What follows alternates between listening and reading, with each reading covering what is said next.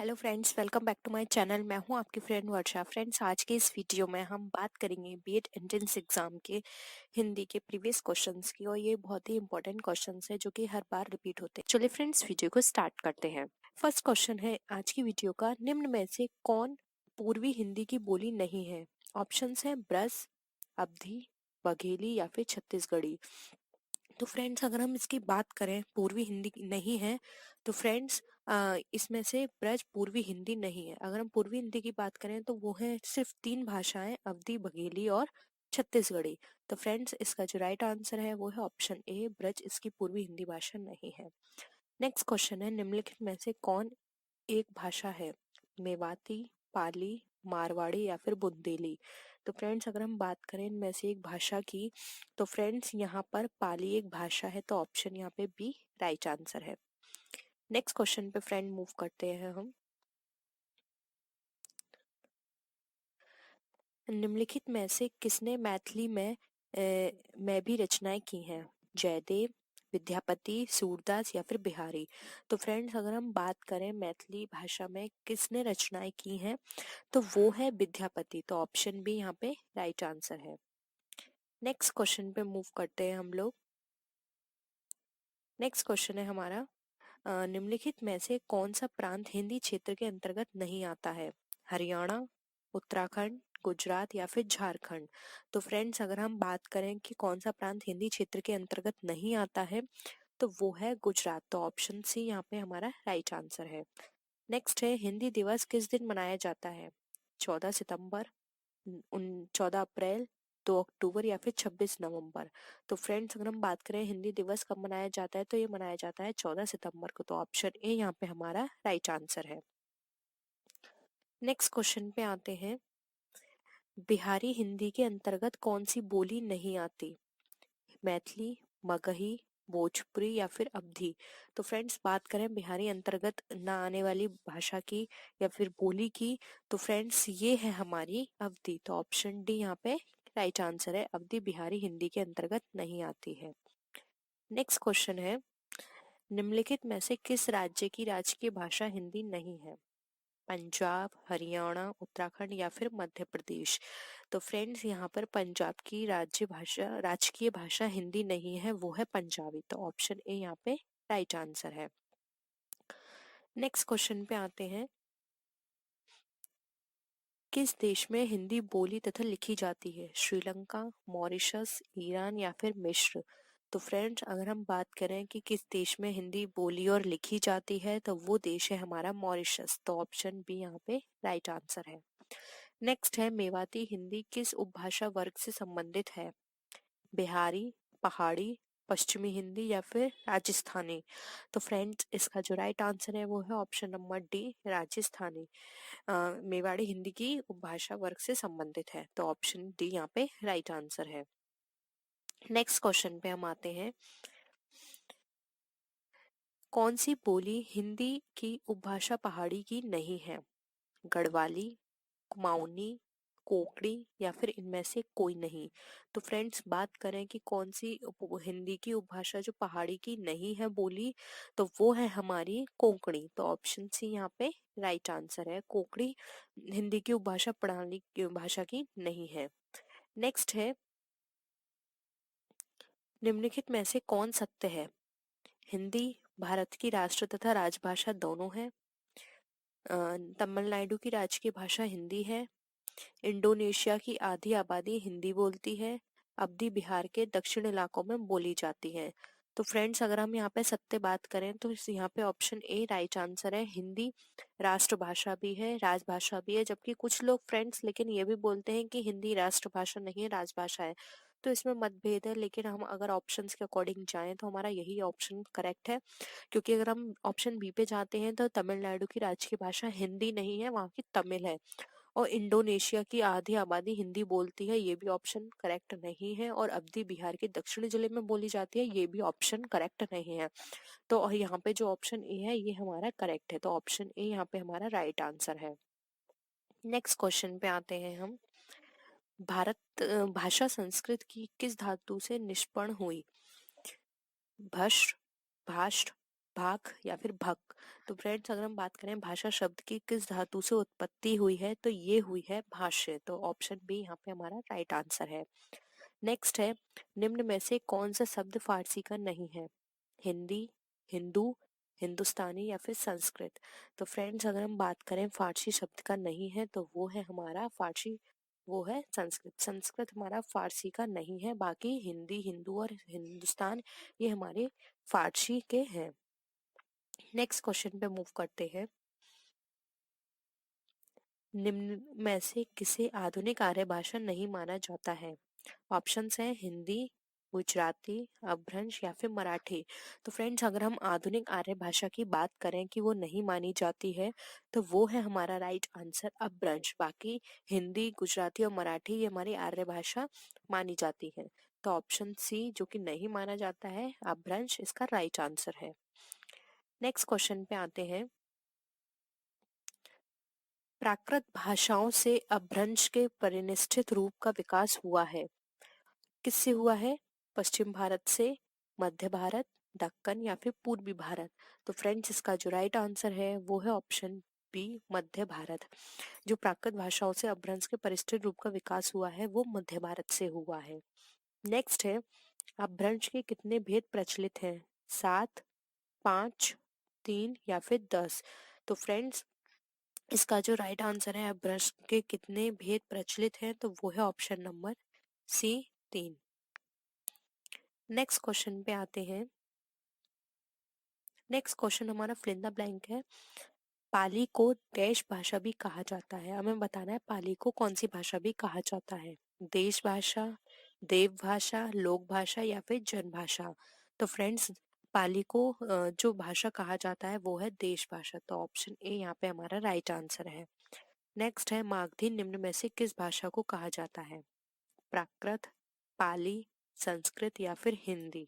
तो फ्रेंड्स अगर हम बात करें मागधी को किस भाषा निम्न में से किस भाषा कहा जाता है, तो यहाँ पे जो राइट आंसर होगा वो होगा हमारा ऑप्शन नंबर बी, पाली। मागधी निम्न में से पाली को कहा जाता है। तो ऑप्शन बी राइट आंसर है। फ्रेंड्स ये क्वेश्चंस कुछ ऐसे क्वेश्चंस हैं जो कि हर बार रिपीट होते हैं। तो आप इन क्वेश्चंस को पढ़ लेंगे तो आपका ऑलमोस्ट जो सिलेबस है वो कंप्लीट होगा। आपको अदर क्वेश्चंस पढ़ने की जरूरत नहीं है। हम वो सारे क्वेश्चंस आपको अपनी क्लासेस में करा देंगे। तो अगर आप वो सारे क्वेश्चंस भी कर लेते हैं तो आपको अदर क्वेश्चंस पढ़ने की जरूरत नहीं पड़ेगी। नेक्स्ट है, आचार्य हेमचंद्र ने किसके व्याकरणों की रचना की है? प्राकृत तथा अपभ्रंश। सेकंड ऑप्शन है संस्कृत तथा प्राकृत। थर्ड ऑप्शन है अपभ्रंश तथा हिंदी। फोर्थ ऑप्शन है संस्कृत तथा हिंदी। तो फ्रेंड्स आचार्य हेमचंद्र की बात करें कि उन्होंने व्याकरण की रचनाओं की है, तो वो की है उन्होंने प्राकृत तथा अपभ्रंश में। तो ऑप्शन ए यहाँ पे हमारा राइट आंसर है। नेक्स्ट है, निम्न में से कौन प्राकृत का भेद नहीं है? शॉर्टसेनी, अर्धमागधी, कोसली या फिर पैशाची। तो फ्रेंड्स अगर हम याद बात करें यहाँ पे कि कौन सा प्राकृत का भेद नहीं है, तो ऑप्शन सी यहाँ पे हमारा राइट आंसर है। कोसली हमारा प्राकृत का भेद नहीं है, जबकि प्राकृत के भेद में हमारे शॉर्टसेनी आता है, अर्धमागधी आता है और पैशाची आता है। नेक्स्ट क्वेश्चन पे हम आते हैं। नेक्स्ट क्वेश्चन है हमारा कि व्याकरण दर्पण किसकी रचना है? शिवपूजन सहाय की, किशोरीदास वाजपेयी की, रामचंद्र शुक्ल की या फिर श्याम सुंदर दास की। तो फ्रेंड्स अगर हम बात करें व्याकरण दर्पण हमारी किसकी रचना है, तो फ्रेंड्स व्याकरण दर्पण हमारी रचना है शिवपूजन सहाय की। तो ऑप्शन ए यहाँ पे हमारा राइट आंसर है। नेक्स्ट क्वेश्चन पे हम आते हैं। हिंदी शब्द का प्रयोग सर्वप्रथम किस भाषा की रचना में हुआ है? संस्कृत में, पाली में, प्राकृत में या फिर फारसी में। तो फ्रेंड्स अगर हम हिंदी शब्द की सर्वप्रथम भाषा जो है वो यूज की गई है, तो वो की गई है फारसी में। तो ऑप्शन डी यहाँ पे हमारा राइट आंसर है। नेक्स्ट क्वेश्चन पे आते हैं। नेक्स्ट क्वेश्चन है हमारा, भारत में बोलियों की संख्या कितनी निर्धारित की गई है? 650, 436, 18 या फिर 32। तो फ्रेंड्स अगर हम बात करें भारत में बोलियों की संख्या जो है वो कितनी निर्धारित की गई है, तो वो निर्धारित की गई है भारत में 436। तो ऑप्शन बी यहाँ पे हमारा राइट आंसर है। नेक्स्ट है, कौन रचनाकार अवधि क्षेत्र का नहीं था? प्रेमचंद, जयशंकर प्रसाद, भारतेंदु या फिर जैनेंद्र। तो फ्रेंड्स अगर हम बात करें कि इसमें से कौन सा रचनाकार हमारा अवधि क्षेत्र का नहीं है, तो वो है जैनेंद्र। ये हमारे अवधि क्षेत्र के नहीं थे। बाकी प्रेमचंद, भारतेंदु और जयशंकर प्रसाद, इन्होंने अवधि क्षेत्र में भी काम किया है। तो ऑप्शन डी ये हमारा यहाँ पे राइट आंसर है। नेक्स्ट क्वेश्चन पे आते हैं। तुलसीदास की रचना रामचरितमानस किस बोली की साहित्यिक रचना है? अवधी, ब्रज, मैथिली या फिर मगही। तो फ्रेंड्स तुलसीदास की जो रचना है रामचरितमानस, वो अवधी भाषा में लिखी गई है, अवधी साहित्य रचना है। तो ऑप्शन यहाँ पे ए हमारा राइट आंसर है। नेक्स्ट क्वेश्चन पे आते हैं हम। नेक्स्ट क्वेश्चन है हमारा, भारत की राजधानी पटना किस बिहारी बोली क्षेत्र में स्थित है? मैथिली, भोजपुरी, मगही या फिर अंगिकहा। तो फ्रेंड्स जो हमारी बिहार की राजधानी पटना है, वो हमारी जो बोली है वो मगही बिहारी बोली क्षेत्र में स्थित है। तो ऑप्शन सी यहाँ पे हमारा राइट आंसर है। नेक्स्ट क्वेश्चन है हमारा, भाषा वह साधन है जिसके द्वारा मनुष्य अपने विचार दूसरों तक भली भांति प्रकट कर सकता है, यह कथन किसका है? तो हमें बताना है कि ये जो डेफिनेशन दी गई है वो किसने दी है। महावीर प्रसाद द्विवेदी ने, कामता प्रसाद गुरु ने, रामचंद्र शुक्ल ने या फिर किशोरी लाल वाजपेयी ने। तो फ्रेंड्स जो भाषा वह साधन है जिसके द्वारा मनुष्य अपने हाव भाव, अपने विचार को दूसरों को पास भली भांति प्रकट करता है, तो ये डेफिनेशन दी है कामता प्रसाद गुरु ने। तो ऑप्शन यहाँ पे बी हमारा राइट आंसर है। फ्रेंड्स ये डेफिनेशन भी बहुत पूछी जाती है, तो हम वो सारे क्वेश्चंस आपको करा देंगे जिसको हमें जो लगता है कि हाँ एक्सपेक्टेड है, या फिर ये वाले क्वेश्चंस बहुत पूछे जा सकते हैं। ठीक है। नेक्स्ट है, जब कोई बोली या भाषा व्याकरणिक ढांचे में ढलकर व्यवस्थित रूप ग्रहण कर लेती है तो उसे कहते हैं। यानी कि अब हमें बताना है कि ऐसी कोई भी बोली या भाषा जो कि व्याकरण ढांचे में हम उसको ढालकर व्यवस्थित रूप लेते हैं तो उसको क्या बोलते हैं? क्षेत्रीय भाषा, परिनिष्ठित भाषा, राजभाषा या फिर राष्ट्रभाषा। तो फ्रेंड्स जब हम उसको व्याकरण ढांचे में उसको ढालकर ग्रहण करते हैं तो उसको हम परिनिष्ठित भाषा बोलते हैं। तो यहाँ पे ऑप्शन बी हमारा राइट आंसर है। नेक्स्ट क्वेश्चन पे आते हैं हम। वर्णों के मेल से जिस सार्थक वर्ण समूह या ध्वनि समूह की सृष्टि होती है उसे कहते हैं अक्षर, शब्द, वाक्य या फिर उपवाक्य। तो फ्रेंड वर्णों के मेल से जिस सार्थक वर्ण समूह या ध्वनि की हमारी सृष्टि होती है उसे हम शब्द कहते हैं। तो ऑप्शन बी यहाँ पे हमारा राइट आंसर है। फ्रेंड्स ये वाला क्वेश्चन मैंने कल आपको कल वाली क्लास में भी आपको बताया था, लेकिन वहाँ पे ये क्वेश्चन थोड़ा अलग तरीके से पूछा गया था। तो हर बार इस तरह के क्वेश्चंस थोड़ा घुमा के पूछे जाते हैं, तो अगर आपको कॉन्सेप्ट क्लियर होगा तो आप इस तरह के क्वेश्चन इजीली कर सकते हैं। नेक्स्ट क्वेश्चन पे आते हैं हम। जो भाषा देश की जनता की जागृति से जुड़कर व्यापकता ग्रहण करती है वह है राजभाषा, राष्ट्रभाषा, परिनिष्ठित भाषा या फिर अलंकृत भाषा। तो हमें यहाँ बताना है कि ऐसी कोई भी भाषा जो जनता की जागृति से जुड़कर व्यापकता ग्रहण करती है तो वो कौन सी है? तो फ्रेंड्स वो हमारी कहलाती है राष्ट्रभाषा। तो ऑप्शन बी यहाँ पे राइट आंसर है, क्योंकि फ्रेंड्स यहाँ पे भाषा देश की जनता से कनेक्टेड की गई है, देश की जनता से, तो यानी कि उस भाषा को हम राष्ट्रभाषा कहेंगे। तो ऑप्शन बी यहाँ पे हमारा राइट आंसर है। नेक्स्ट क्वेश्चन पे आते हैं।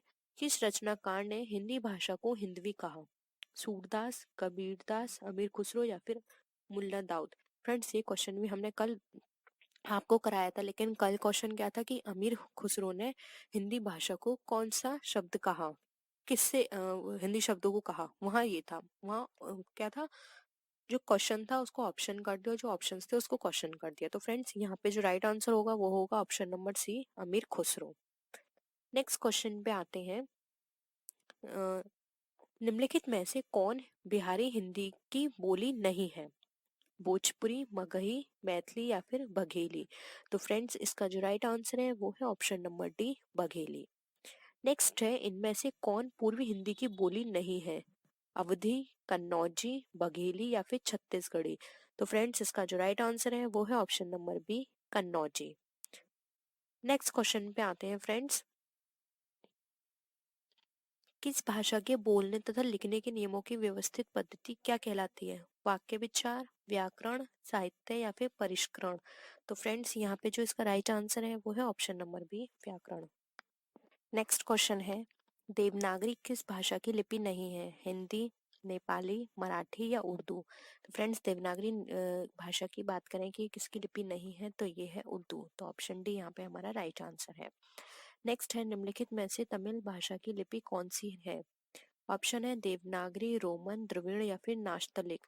तो फ्रेंड्स अगर हम बात करें तमिल भाषा की लिपि की, तो फ्रेंड्स इसका जो राइट आंसर होगा वो होगा ऑप्शन नंबर सी, तमिल भाषा की जो लिपि है वो है द्रविड़।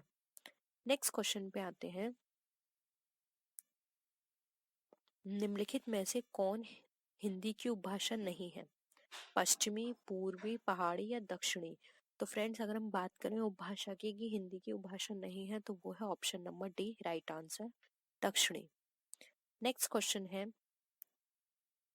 भाषा का वह रूप जिसका प्रयोग सामान्य जनता अपने समूह या घरों में करती है उसे कहते हैं?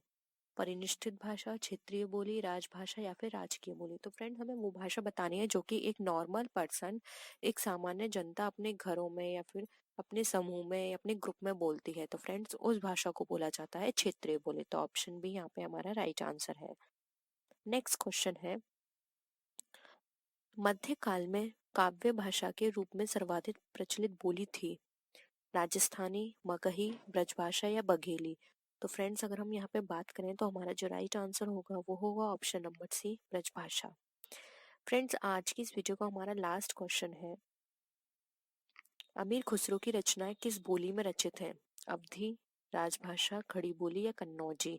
तो फ्रेंड्स अमीर खुसरो ने जो रचनाएं लिखी हैं वो लिखी हैं खड़ी बोली में। तो ऑप्शन सी यहाँ पे हमारा राइट आंसर है। तो फ्रेंड्स ये थी आज की वीडियो। आई होप आपको आज के क्वेश्चंस पसंद आए होंगे। अगर वीडियो पसंद आए तो वीडियो को लाइक कीजिए, अपने फ्रेंड्स के साथ शेयर कीजिए, और किसी भी तरह की कोई भी क्वेरी हो या आप सजेशन देना चाहते हैं तो आप नीचे कमेंट सेक्शन में लिख सकते हैं। तो फ्रेंड्स नेक्स्ट वीडियो में हम फिर मिलते हैं और भी अच्छी वीडियोस के साथ। तब तक के लिए बाय बाय।